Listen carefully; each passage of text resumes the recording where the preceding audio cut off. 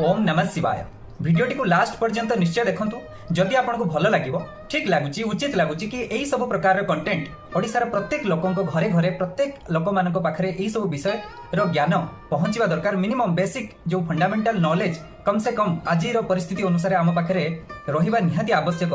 जदि आपको यहाँ उचित लगुच ताहले निश्चय वीडियो को लाइक करंतु, नोटिफिकेशन ऑन करके रखंतु अथवा जो बेल आइकन को प्रेस कर दियंतु एवं अधिक रु अधिक आपण रिलेटिव्स सांग साथी बंधु बांधव साही पड़िशा चिन्हा परिचित आपण कांटेक्ट रे जत्ते भी लोक अछंती अधिक रु अधिक लोक सहित एटा शेयर कर दियंतु। काहे कि मु कहूची एटा बिकॉज आजिका समय रे सोशल मीडिया रे एही सब प्रकार कंटेंट बहुत रेयरेस्ट। जदि आपण देखिबे विशेष करी हमर ओडिया चैनल रे भी जदि आपण देखिबे हिंदी रे फिर भी आपनको किछि कंटेंट एभली मिलि जिवो, किंतु ओडिया चैनल रे एही भली कंटेंट होची बहुत रेयरेस्ट। तेणु निश्चित भाव में आमे जदि आमको लगुच कि यही सब नॉलेज प्रत्येक लोकों पाखे निश्चित भाव में रहा दरकार ताहले आपण अधिक रु अधिक मात्रा रे हमर एही चैनल को सहयोग करंतु, समर्थन दियंतु, प्रोत्साहन करंतु, प्रमोट करंतु, जेमिति प्रत्येक लोकों पाखे यही सब नॉलेज पहुंचवा निहाती दरकार।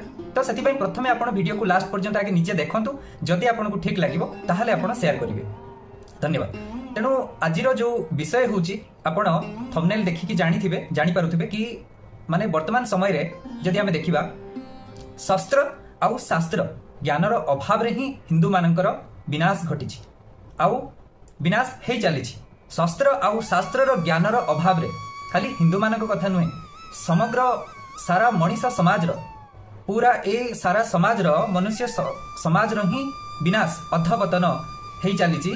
शस्त्र आउ शास्त्र विशेष करिकी हमर सत्य सनातन वैदिक धर्मर जो शास्त्र रही वेद उपनिषद दर्शन गीता इतिहास ग्रंथ रामायण महाभारत आदि स्मृति एमती विभिन्न प्रकार जो शास्त्र ज्ञानर अभाव रे प्रायतः आपण देखिबे आम मानक घरे आजिकली आम ओडिया मानक घरे हिंदू मानक घरे शास्त्र नाही, जो सत्य शास्त्र नाही।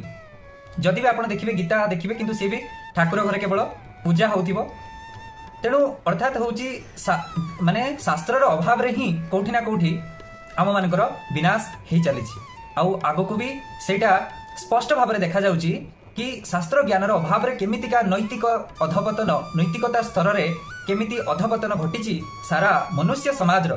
तो सेटा से विषय रे आलोचना करिकी कोनोसी समय नष्ट करी किछ लाभ नै। आपण निश्चित भाव में से सब विषय जानि चंती ऑलरेडी। बस मोर कहबार उद्देश्य होची कि जे निश्चित भाव में होची आम मानक पाखरे शास्त्र आम मानक घरे शास्त्र रहिबा दरकार। कम से कम शास्त्र ज्ञान मिनिमम होची कम से कम जो बेसिक नॉलेज आम पाखे रहिबा दरकार।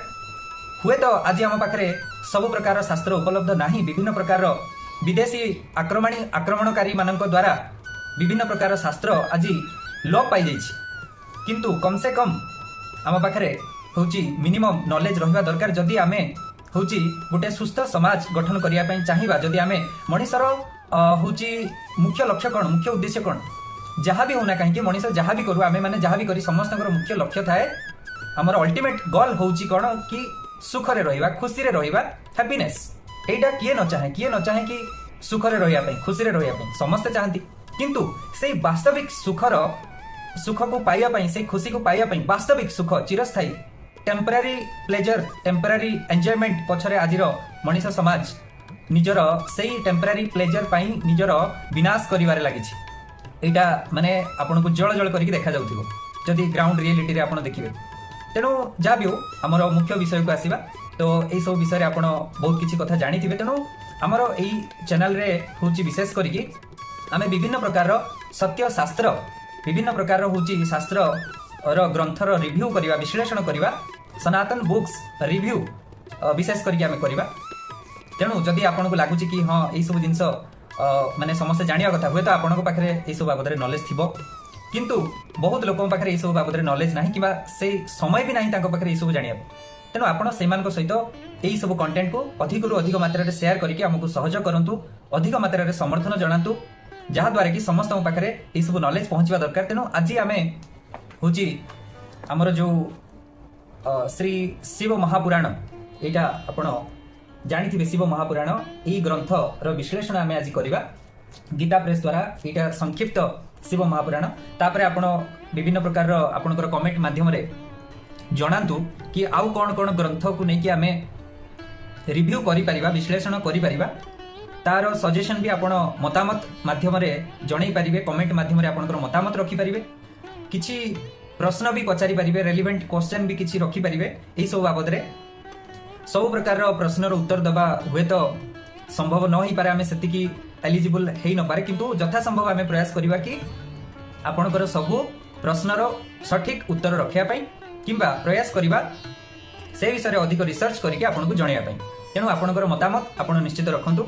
तेणु आज आमे केवल श्री शिव महापुराण रो संक्षिप्त जो विश्लेषण करिबा जदि आपको लगुच आ विषय पूरा गोटे सीरीज हवा दरकार ताहले आपण कमेंट माध्यम जनातु आउ अधिक अधिक सहयोग करके आमर मनोबल बढ़ातु जहाद्वारा कि आम आहुरी सीरीज आनी परिबा जतिक आमर स्वल्प ज्ञान रु आमे आपण सामने आपको रखिपर कहीं यही सब कंटेंट आजिका समय रे माने लोप पाईगलानी तो हूँ आमको यही सब बाबद आमर नेक्स्ट जेनेरेशन आगामी पीढ़ी आमर पुओ झील भाई भौणी एमानकु जणैबा दरकार।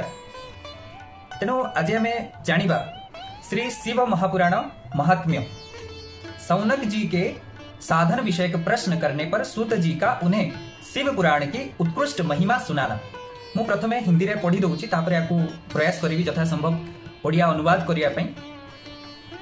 श्री सौनक जी ने पूछा, महाज्ञानी सूत जी, आप संपूर्ण सिद्धांतों के ज्ञाता है प्रभु, मुझसे पुराणों की कथाओं के सार तत्वों का विशेष रूप से वर्णन कीजिए। ज्ञान और वैराग्य सहित भक्ति से प्राप्त होने वाले विवेक की वृद्धि कैसे होती है। अर्थात ज्ञान आउ वैराग्य सहित भक्ति द्वारा माने एठी आमे जानिया पई पाइबा कि जो आमे प्रत्येक कथा है कि आपण विवेक को पचारो, तुम्हें तुमरो विवेक को पचारो, तोर विवेक को पचार कि देख तो विवेक कौन कहूँ। तो आमे बहुत समय रे ए गोटे विवेक रो शब्द अधिकांश समय रे आकु उपयोग करि थाउ कि विवेक तोर विवेक कौन कहूँ, तो विवेक को पचार कि देख। अर्थात एठी माने दुनिया रे एमिति किछि समस्या नाही जार समाधान आमर एही शास्त्र रे नाही।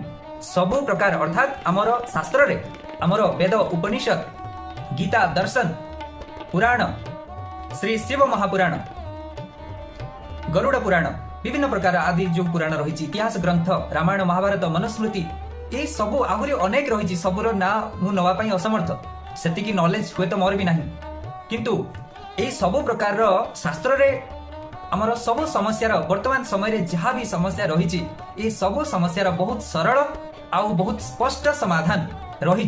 बस आमको कोठी ना कोठी ज्ञान अभाव कारण जे जो जिनसटा अच्छी हुए तो आम से देखी Paru. This is the theory of quantum physics कि दुनिया रे बहुत किसी जिनस अच्छी हुए तो जोटा देखा जाउची सेटा नाही आउ जोटा अच्छी एग्जिस्ट करूची हुए तो आमे ताकू देखी पारुनो आमर अल्पज्ञता कारण किंतु ता माने नुहे कि सही जिनस अवेलेबल नाही एग्जिस्ट करे नाही सेमती नुहे। तो बहुत किसी जिनस अच्छी अर्थात मोर कहर उद्देश्य कि आमर शास्त्र रे बहुत सरल आउ अति सुंदर आउ स्पष्ट समाधान रही। बस आमको से ज्ञान आवश्यकता रही। आउ सनातन धर्म होची शाश्वत चिरंतन आउ जहा सत्य जहा सत ताहा ही सनातन आउ जहा अनादि काल आसी अनादि काल चली आसी आउ अनंत समय पर्यंत रहिबो। ए समाज ए दुनिया रही पारे न रही पारे किंतु सनातन जो धर्म सेटा होची अनंत समय पर्यंत रहिबो। तेणु अर्थात एथिरे सब प्रकार होची वास्तविक ज्ञान रही। तो कम से कम आमे तार बेसिक नॉलेज मु कहूनी सब आमे जानी परिबा सेतिकी समय हमर बहुत स्वल्प जीवन काल मध्य रे एते सारा ज्ञान को जानिबार हुए तो योग्यता हमर नाही आमे सेतिकी हमर सामर्थ्य नाही किंतु कम से कम आमे एतिकी जानी परिबा आमे निजर उद्धार करने सहित यहाँ केवल गोटे धार्मिक विषय नुहे। बहुत जन कहती कि धर्म कौन मिल जदि जल कह कि जलर धर्म तलक अपसारित होगा यहाँ समस्ते जानते जदि जल कह कि धर्म कौन मिल ताले हुए तो आम श्वास मरीजा आम शरीर में 70% जल रही आम अस्तित्व मिटिज। जदि वायु कह वायुर धर्म समस्ते जानते शून्य स्थान पूरण करवा खाली स्थान पूरण करवा जदि वायु कह कि मत धर्म कौन मिल ताहले आम श्वास क्रिया ही करें आमर अस्तित्व रही। तेणु अर्थात समस्ते माने एटा केवल धर्मर विषय नुहे एटा गोटे होची एटा आमर सुस्थ समाज गठन करिवार विषय आमर राष्ट्र सुरक्षार विषय आमर समाजर उन्नतिर विषय आमर निजर सेल्फ डेवलपमेंट आत्मोन्नति ନିଜର ଡେଭଲପମେଣ୍ଟ, ଆମର ପରିବାରର ଉନ୍ନତି, ଆମର ମାନେ ଆମର ସମାଜର ଉନ୍ନତି, ଆଗାମୀ ଭବିଷ୍ୟତର କଥା, ଆମ ଦେଶର ଭବିଷ୍ୟତର କଥା, ଆଗାମୀ ପିଢ଼ିର ଭବିଷ୍ୟତର କଥା, ଉନ୍ନତିର କଥା, ସାରା ବିଶ୍ୱର ସାରା ସଂସାରର କଲ୍ୟାଣର କଥା।